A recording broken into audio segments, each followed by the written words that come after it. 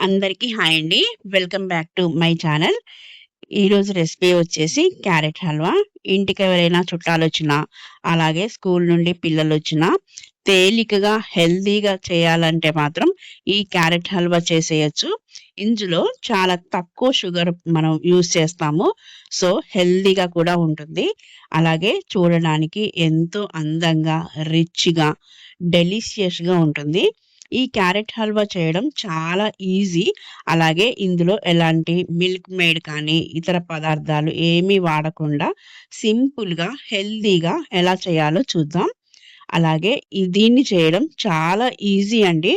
Fresh క్యారెట్లు తీసుకుంటే మాత్రం ఈ స్వీటు చాలా డెలిషియస్‌గా వస్తుంది.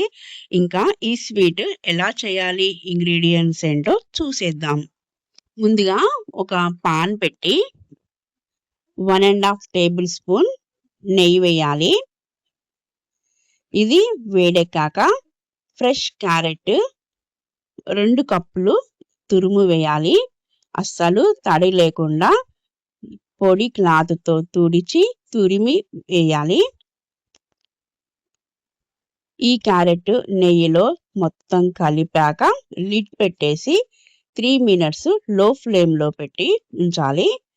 ఇంకా ఈ నెయ్యితో ఈ క్యారెట్‌ని ఇంకొక 2 మినిట్స్ కలిపితే మనకి మంచి అరోమా వస్తుంది. అలాగే ఈ నెయ్యితో క్యారెట్ సగం మేర మగ్గిపోతుంది.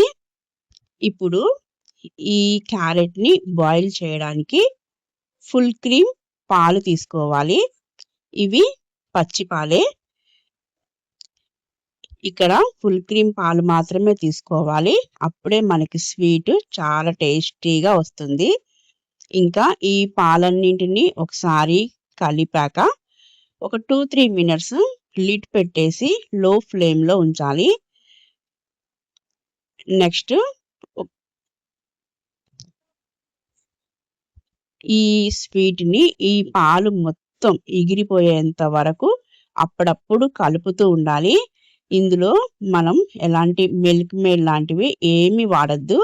ఈ ఫుల్ క్రీమ్ మిల్క్ వల్ల ఇందులో నుంచి వచ్చే క్రీమ్ కానీ, కోవా కానీ ఈ క్యారెట్‌కి మంచి టేస్ట్‌నిస్తుంది.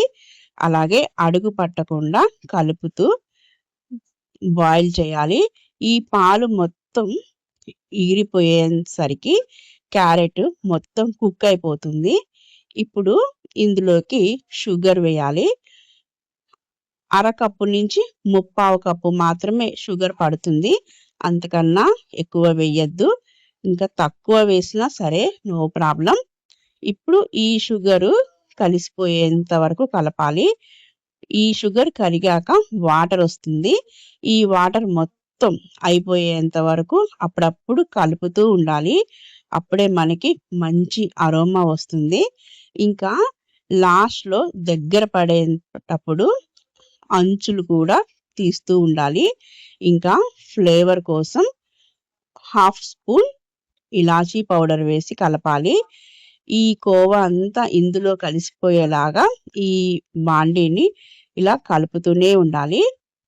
నెక్స్ట్ ఈ వాటర్ మొత్తం కలిసిపోయి మనకి మంచి టేస్టీతో క్యారెట్ హల్వా రెడీ అయిపోతుంది.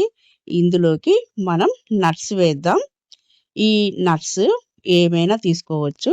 ఇక్కడ నేను జీడిపప్పు మాత్రమే తీసుకున్నాను. ఇప్పుడు ఒక పాన్ పెట్టి 1 ½ టేబుల్ స్పూన్ నెయ్యి వేసి జీడిపప్పు వేసేయాలి. ఇందులోకి సారపప్పు కూడా వేస్తుంటారు. ఇప్పుడు ఇవన్నీ వేగాక ఈ క్యారెట్ హల్వాలో కలిపేయడమే. చాలా డెలిషియస్‌గా, టేస్టీ అయిన క్యారెట్ హల్వా రెడీ అండి. ఇంత టేస్టీగా ఉండే క్యారెట్ హల్వా ఈజీగా ఎలా చేయాలో చూసారు కదా! ఇప్పుడు సర్వ్ చేసేయడమే. చూసారు కదా!